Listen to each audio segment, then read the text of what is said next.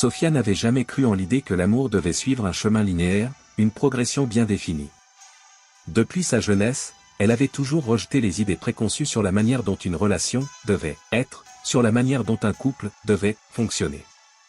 Mais à 28 ans, après avoir vécu plusieurs histoires d'amour, plusieurs relations passionnées et un mariage tumultueux, elle se retrouvait à un carrefour. La réalité était simple, presque brutale, elle n'avait jamais trouvé celui qui parvenait à l'apaiser complètement. Elle avait 5 hommes dans sa vie, tous uniques, chacun lui offrant quelque chose que les autres ne pouvaient pas, mais aucun d'eux n'arrivait à répondre à ses désirs les plus profonds. Pas juste sexuellement, mais émotionnellement et psychologiquement. Il y avait Marc, son ancien petit ami, celui qu'elle avait aimé avec la plus grande ferveur pendant ses années universitaires. Ils avaient partagé des nuits passionnées, mais leur conversation s'était vite évaporée dans le silence.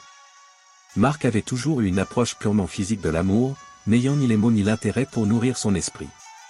Après des années d'une relation sans profondeur, elle l'avait quitté, mais il était toujours là, dans les recoins de sa vie, comme une vieille habitude qu'elle ne parvenait pas à effacer.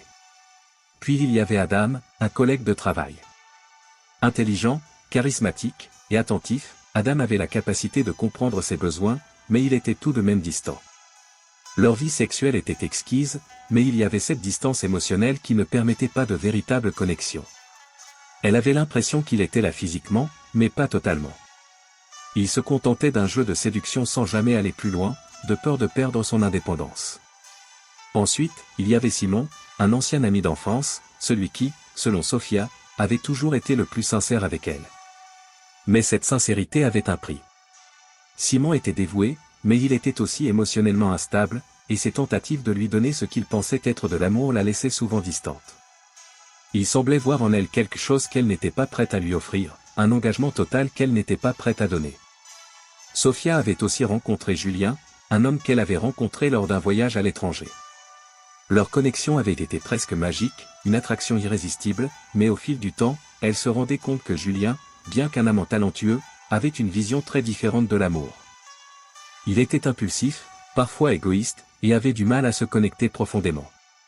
Tout restait dans la surface, sans jamais se frayer un chemin vers l'âme. Enfin, il y avait le plus récent de ses partenaires, Nicolas, un homme qu'elle avait rencontré par hasard lors d'une soirée entre amis. Charmant, drôle, et apparemment parfaitement attentif à ses besoins, Nicolas semblait être la personne qui pourrait enfin combler le vide qu'elle ressentait. Mais malgré les promesses, malgré les efforts, quelque chose manquait toujours. Chaque rencontre avec lui se finissait de la même manière, une satisfaction temporaire, mais une insatisfaction persistante, une sensation de vide qui la hantait toujours après. Elle se demandait pourquoi. Pourquoi, malgré leurs efforts, aucune de ces relations ne réussissait à l'épanouir pleinement. Pourquoi, avec 5 hommes différents, n'avait-elle jamais trouvé cette communion parfaite, celle qui semblait être l'ultime objectif de chaque histoire d'amour, chaque relation sexuelle? La vérité, c'était que Sophia était en quête d'autre chose. Ce n'était pas un manque de désir, ni un manque d'attraction pour ses partenaires. Elle avait une vie sexuelle active, parfois excitante, parfois douce, mais rien de ce qu'elle avait vécu n'arrivait à remplir ce vide en elle. Aucun des 5 hommes ne parvenait à pénétrer l'intimité qu'elle recherchait, une fusion d'âme, de corps et de pensée. Elle savait que la clé de cette insatisfaction n'était pas dans les hommes eux-mêmes, mais dans la manière dont elle percevait ses propres besoins, ses propres attentes. Peut-être qu'elle ne comprenait pas ce qu'elle voulait réellement. Peut-être qu'elle n'avait pas encore rencontré l'homme qui pourrait la comprendre à ce niveau profond. Les jours passaient, et Sophia se retrouvait chaque soir à repenser aux hommes qui faisaient partie de sa vie. Chaque rencontre laissait derrière une sensation de vide, une frustration douce mais persistante. Elle avait l'impression que ces hommes étaient comme des pièces d'un puzzle qu'elle ne parvenait pas à assembler, comme si quelque chose d'indéfinissable échappait à chaque rencontre. Le sexe, bien qu'intense et parfois extatique, n'était jamais complet. Ses pensées étaient envahies par une question qui tournait sans cesse dans sa tête, pourquoi? La réponse semblait pourtant évidente. Elle le savait au fond d'elle-même. Ce n'était pas une question de performance, ni de désir non comblé. C'était beaucoup plus profond, beaucoup plus intime. Elle cherchait quelque chose que les hommes ne pouvaient pas lui offrir, une connexion qui allait au-delà du physique, un partage de pensées et d'émotions qui traversait la surface des choses. Mais où trouver cette âme sœur, ce partenaire capable de la comprendre, de l'atteindre là où elle se cachait? Un soir, après avoir passé la journée à revoir les derniers moments passés avec Nicolas, elle s'accorda une pause. Elle s'installa dans son appartement, éclairée par la lumière tamisée de ses lampes, et se laissa aller dans un état de réflexion profonde. Un livre, qu'elle avait lu des années auparavant, traînait sur sa table basse. C'était un essai sur la psychologie des relations humaines. Elle l'ouvrit lentement et tomba sur un passage qui la fit frémir. L'intimité sexuelle n'est pas simplement un échange de plaisir physique, mais un acte de confiance mutuelle, où deux âmes s'unissent dans une compréhension intime de l'autre. Mais il ne peut y avoir de véritable union sans une acceptation complète de soi-même. Elle lut ces mots encore et encore, comme une sorte de révélation. Ce passage résonnait en elle comme un écho. Peut-être qu'elle avait cherché à combler ce vide en elle par des relations physiques, mais n'avait jamais pris le temps de comprendre ses propres désirs et ses besoins émotionnels. Peut-être qu'elle se perdait dans cette quête de satisfaction sans jamais se poser la question essentielle, qu'est-ce que je veux réellement? Elle n'avait jamais pris le temps de s'écouter, de se comprendre pleinement. Elle était toujours en quête de la validation des autres, de leur capacité à combler un vide qui était avant tout le sien. Le lendemain, elle prit une décision radicale. Elle allait mettre fin à ses relations avec les 5 hommes. Pas définitivement, mais suffisamment longtemps pour qu'elle puisse se recentrer sur elle-même, pour comprendre pourquoi, malgré tous leurs efforts, elle ne parvenait pas à se sentir satisfaite. Sophia était prête à faire face à ses démons, à affronter les vérités qu'elle avait si longtemps ignorées. Elle savait que cette introspection ne serait pas facile, mais elle n'avait plus d'autre choix. Elle ne pouvait pas continuer à fuir indéfiniment. Elle commença par Marc. Leur dernière rencontre avait été amère. Ils s'étaient retrouvés dans son appartement, comme au bon vieux temps, mais quelque chose avait changé. Marc, comme à son habitude, avait été direct, concentré sur l'instant présent, sur le plaisir immédiat. Sophia avait ressenti un vide en elle, comme une déconnexion, et malgré les baisers, les caresses, elle s'était sentie plus seule que jamais. Elle savait qu'il était temps de tourner la page. « Marc, on doit parler », lui dit-elle un soir, lorsqu'ils se retrouvèrent dans un café. Ses yeux étaient sincères, mais sa voix restait calme, décidée. Marc fronça les sourcils. « Qu'est-ce qui ne va pas, Sophia ? Ce n'est pas toi, c'est moi. » Elle souffla, cherchant ses mots. « Je me rends compte que je suis en quête de quelque chose que je ne trouve pas ici. Je ne veux plus continuer dans cette relation sans fondement. » Il la regarda sans comprendre, comme s'il n'avait pas vu venir cette décision. « Mais, on s'entend bien, non? Tu ne te sens pas bien quand on est ensemble ?» Sophia secoua la tête. « Ce n'est pas une question de ce que tu me donnes, Marc. C'est ce que je ne parviens pas à me donner à moi-même. Je dois me retrouver seul pendant un moment. » Marc soupira, mais il ne protesta pas.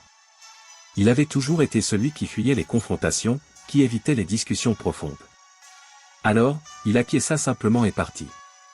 Sophia se sentit à la fois soulagée et dévastée. Le lendemain, elle envoya un message à Adam. Il était intelligent, brillant, mais distant, et elle savait que ce n'était pas juste le sexe qui les séparait, c'était leur incapacité à vraiment se comprendre. Leur dernière rencontre avait été plaisante, mais superficielle. Ce qu'elle recherchait, ce qu'elle attendait de lui, ne pouvait pas se limiter à une simple alchimie physique. Adam, il est temps de mettre fin à tout ça. Nous avons tous les deux nos attentes, mais elles ne sont pas compatibles. Je crois qu'il est mieux de couper court à cette relation. Elle ferma les yeux après avoir envoyé le message. La décision n'était pas facile, mais elle savait qu'elle devait prendre du recul. Elle ne voulait plus être une pièce dans le puzzle des attentes des autres. Elle voulait être celle qui, enfin, comprendrait ce qu'elle attendait de la vie. Sophia prit un moment pour réfléchir à tout ce qu'elle avait écrit dans ses messages. Elle avait mis fin à 2 relations importantes en l'espace de quelques jours, mais elle savait au fond d'elle-même que ce n'était qu'un début. Il lui restait encore Simon et Julien, mais même avant de leur envoyer un message, elle savait au fond d'elle-même qu'elle ne pouvait pas continuer ainsi. Les regards curieux de ses amis et de ses collègues ne l'atteignaient plus. Ce qu'elle ressentait, ce dont elle avait besoin, c'était bien plus profond que la simple question de ce qu'un homme pouvait lui offrir. Elle avait besoin de se comprendre elle-même, de comprendre pourquoi elle avait tout essayé, mais n'avait jamais ressenti cette complétude. Pourquoi ses relations avaient toujours été marquées par une absence de satisfaction, même au moment où elle pensait avoir trouvé la personne idéale. Son téléphone vibra sur la table de café, interrompant ses pensées. C'était Simon. « Sophia, je sens qu'il y a quelque chose que tu ne me dis pas. Je t'ai toujours dit que je te comprenais, mais peut-être que je ne t'ai jamais vraiment écouté. J'ai besoin de comprendre. » Elle prit une longue inspiration et répondit finalement. Simon, ce n'est pas une question de ce que tu fais ou de ce que tu n'as pas fait. Ce n'est pas toi, c'est moi. Je crois que je dois être seul pour comprendre ce que je veux vraiment. Elle attendit quelques minutes avant de recevoir une réponse. Ce fut court et précis. D'accord. Mais sache que tu m'as toujours eu à tes côtés. Ses yeux se remplirent de larmes qu'elle n'avait pas prévues. Simon était probablement l'un des plus sincères, et son départ, même temporaire, la bouleversait plus qu'elle ne l'aurait imaginé. Mais cette fois-ci, elle savait que c'était nécessaire. Elle avait besoin de cette solitude pour se reconstruire, sans être influencée par la vision qu'on avait d'elle ou par les attentes des autres. Elle voulait être seule pour comprendre ce qui la poussait toujours à chercher ailleurs ce qui lui manquait à l'intérieur. Elle se leva, laissant son téléphone sur la table, et sortit dans la rue. L'air frais de la soirée la frappait en plein visage. Elle se dirigea vers le parc près de chez elle, là où elle venait souvent pour réfléchir. Il y avait quelque chose de réconfortant dans ce silence, quelque chose qui lui permettait de trouver une forme de paix intérieure. Alors qu'elle marchait sur le chemin pavé, ses pensées tourbillonnaient.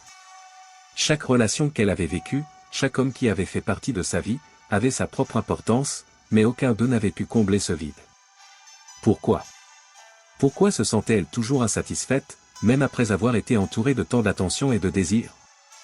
Elle savait qu'elle n'avait pas été une partenaire parfaite. Elle avait ses failles, ses insécurités, ses attentes irréalistes parfois. Mais pourquoi tout cela semblait-il si inaccessible, comme si la clé du bonheur se trouvait toujours juste au-delà de sa portée ? Était-ce à cause de sa vision déformée de l'amour, de ses attentes trop élevées, ou était-ce quelque chose de plus profond ? Peut-être qu'elle avait voulu plus que ce que les hommes pouvaient lui offrir. Peut-être que la satisfaction ne venait pas d'une autre personne, mais d'elle-même. C'est alors qu'elle aperçut Julien. Il était là, assis sur un banc du parc, les mains entrelacées. Il la vit et se leva en souriant. Mais son sourire se figea lorsqu'il aperçut l'expression sur son visage. Il n'avait pas besoin de poser de questions. Julien savait qu'il y avait quelque chose qui n'allait pas. Il s'approcha d'elle, son regard inquiet. « Sophia, tu sembles différente. » Elle le regarda longuement, cherchant ses mots. Après un long moment de silence, elle finit par dire « Julien, je suis fatiguée. Fatiguée de courir après quelque chose que je ne trouve pas. » Julien haussait les épaules, mais il ne semblait pas vraiment comprendre. C'était l'un de ces hommes dont la vision de l'amour était superficielle, qui pensait que les choses se réglaient par des actions, par des gestes. Mais lui aussi n'arrivait pas à combler son vide. « Tu ne peux pas tout résoudre seule, Sophia. Tu sais, parfois il suffit juste de lâcher prise, dit-il en posant une main sur son épaule. Mais Sophia secoua la tête. Ce n'est pas ça. Je crois que je dois d'abord me comprendre moi-même avant de pouvoir me donner à quelqu'un d'autre. Julien resta silencieux un instant, puis hocha la tête. Si c'est ce que tu veux, Sophia, je ne peux pas te retenir. Mais sache que je suis là. Elle sourit faiblement, et pour la première fois depuis longtemps, elle se sentit un peu plus légère. Loin des attentes de Julien, loin des idées préconçues de ce qu'elle était censée être, Sophia avait enfin réalisé quelque chose d'important, elle n'avait pas besoin de rechercher cette satisfaction dans les autres. La clé était en elle-même. Le temps de la découverte intérieure. Les semaines suivantes furent une période d'introspection profonde pour Sophia. Elle prit du temps pour elle-même, s'éloignant non seulement des hommes de sa vie, mais aussi de tout ce qui pouvait lui rappeler ses insécurités et ses frustrations. Elle commença à lire davantage sur la psychologie des relations, mais aussi sur le développement personnel. Elle chercha à comprendre pourquoi elle avait mis tant de pression sur ses relations amoureuses, pourquoi elle avait attendu d'un autre ce que seule elle pouvait combler. Ce voyage vers soi-même ne fut pas facile. Les moments de doute étaient fréquents. Mais petit à petit, Sophia se découvrit. Elle apprit à apprécier sa propre compagnie, à comprendre ses désirs profonds, à reconnaître que l'amour ne devait pas nécessairement être partagé pour qu'il soit épanouissant. L'amour devait commencer par l'acceptation de soi. Les semaines qui suivirent furent une véritable révolution intérieure pour Sophia. Elle s'éloigna de ses anciens partenaires, mais aussi des distractions de la vie quotidienne. Elle décida de passer du temps seule, de se consacrer à sa propre croissance. Chaque matin, elle se levait avec une détermination nouvelle, une volonté de se comprendre enfin. Elle s'inscrivit à des cours de méditation, participa à des séminaires sur le bien-être émotionnel et commença même à écrire dans un journal, un espace intime où elle pouvait exprimer ses pensées les plus profondes. Ses journées étaient pleines de découvertes, petites et grandes. Les premières semaines, elle se sentit perdue dans cette nouvelle routine, parfois terrifiée par la solitude qu'elle avait fuie pendant si longtemps. Mais peu à peu, cette solitude devint son allié. Elle apprit à s'aimer sans condition, à accepter ses imperfections, ses peurs, ses doutes. L'introspection ne fut pas toujours confortable, mais elle savait que c'était le seul chemin pour se libérer du poids des attentes qu'elle s'était imposées. Elle commença à comprendre quelque chose de fondamental, le manque de satisfaction qu'elle avait ressenti n'était pas le résultat de l'insuffisance des autres, mais de son incapacité à se satisfaire elle-même. Elle avait cherché à remplir un vide avec des relations, des hommes, des étreintes fugaces, pensant que c'était ce qui lui manquait. Mais tout cela n'avait fait qu'augmenter la distance qu'elle ressentait envers elle-même. Elle avait toujours cherché à se définir à travers les yeux des autres, à travers ce qu'on attendait d'elle. Un jour, alors qu'elle se promenait dans un marché local, un homme l'aborda. Il était d'une trentaine d'années, aux yeux perçants et au sourire chaleureux. Il semblait différent des autres, mais ce n'était pas sa beauté qui attira Sophia, c'était son calme, sa sérénité évidente. Il s'appelait Thomas, un thérapeute en développement personnel. Ils discutèrent longuement de la nature des relations humaines, du besoin de comprendre qui l'on est avant de pouvoir aimer les autres. Il parla de l'importance de l'indépendance émotionnelle, de l'autosuffisance en amour. Et pour la première fois depuis longtemps, Sophia se sentit totalement écoutée, non jugée, mais simplement comprise. Thomas lui proposa de participer à un de ses séminaires, une expérience de groupe où les participants exploreraient leurs désirs et leurs attentes, mais aussi leurs torts et leurs insécurités. Sophia accepta. Ce fut une expérience profondément transformante. Lors du séminaire, elle rencontra des hommes et des femmes de tous horizons, mais ce qui la toucha le plus, ce fut la découverte que chacun de nous porte des blessures émotionnelles qui façonnent notre manière d'aimer. Sophia réalisa que ce qu'elle avait pris pour un manque de satisfaction physique ou émotionnelle était en réalité une quête plus profonde pour la guérison intérieure. Chaque relation, chaque expérience, était une chance d'explorer ses propres limites et d'apprendre à les dépasser. Au fur et à mesure que Sophia poursuivait sa route, elle commença à s'affranchir de la pression de devoir être satisfaite par un autre. Elle apprenait à savourer ses moments de solitude, à apprécier la beauté de ses propres pensées et sensations. Elle se rendait compte que, pour la première fois, elle n'était plus dépendante du regard des autres. Elle ne recherchait plus un homme pour la compléter, mais pour partager une expérience. L'idée de retourner vers un homme pour combler un vide semblait désormais lointaine et presque irréaliste. Elle était prête à aimer à nouveau, mais cette fois, sans les chaînes de l'attente ou de la dépendance. Elle savait désormais que, pour aimer quelqu'un d'autre, elle devait d'abord s'aimer complètement, sans compromis. L'amour ne devait pas être une quête pour remplir un vide, mais une célébration du partage entre deux êtres entiers. Après plusieurs mois, un jour, Marc la contacta. Son message était court, mais chargé de nostalgie. « Sophia, j'ai beaucoup réfléchi à ce que tu m'as dit. Je pense que nous devrions nous voir. Je t'ai toujours respecté, et j'aimerais comprendre ce qui s'est passé entre nous. » Sophia hésita. Marc avait toujours une place particulière dans sa vie, et l'idée de revoir celui qui avait été son amour de jeunesse ravivait des souvenirs doux amers. Mais cette fois, elle n'était plus la même personne. Elle avait évolué. Elle prit son temps pour réfléchir avant de répondre. « Je t'ai respecté aussi, Marc. Mais je crois que ce que nous avons vécu appartient au passé. J'ai pris du temps pour moi, et je me suis retrouvé. Ce n'est pas que je ne t'apprécie pas, c'est juste que je ne suis plus la personne que j'étais. » Marc ne répondit pas immédiatement. Il ne comprenait peut-être pas entièrement ce que Sophia venait de dire, mais elle savait qu'il fallait qu'elle soit honnête avec elle-même. Elle avait tourné la page, non pas parce qu'elle avait cessé de l'aimer, mais parce qu'elle avait enfin compris qu'elle n'avait pas besoin d'un homme pour se sentir complète. Quelques jours plus tard, Adam lui envoya un message similaire. « Sophia, on dirait qu'on se perd un peu. Je voulais te dire que j'ai beaucoup pensé à toi ces derniers temps. Est-ce qu'on pourrait se voir, juste pour discuter ?» Elle répondit de la même manière. Elle n'avait plus de regrets, plus de dépendance. « Adam, je pense que nous avons tous les deux évolué dans des directions différentes. Je t'ai beaucoup apprécié, mais je crois qu'il est temps de laisser le passé là où il est. » Sophia sentit une vague de liberté l'envahir. Elle n'avait plus besoin de leur approbation. Elle n'était plus coincée dans une spirale d'attente non comblée. La quête qu'elle menait était bien plus profonde, et les hommes qui l'avaient traversée n'étaient plus les acteurs principaux de son histoire. Elle apprit, lentement mais sûrement, à accepter cette version d'elle-même, forte, complète, capable d'aimer sans avoir besoin de se remplir. C'était peut-être cela, au fond, la véritable satisfaction, être capable de se tenir debout seul, mais être prête à partager une vie avec quelqu'un, non pas pour combler un vide, mais pour enrichir une existence déjà pleine. Au fil du temps, Sophia rencontra de nouvelles personnes, fit de nouvelles expériences. Elle développa des relations, mais elles étaient différentes, plus équilibrées. Elle ne cherchait plus à combler un vide. Elle se contentait d'être elle-même, d'être présente, d'être vraie. Et c'est alors que, paradoxalement, les hommes commencèrent à apparaître, non plus comme des sources de validation, mais comme des partenaires égaux. Mais elle savait maintenant qu'il ne fallait pas les chercher dans un but de satisfaction personnelle.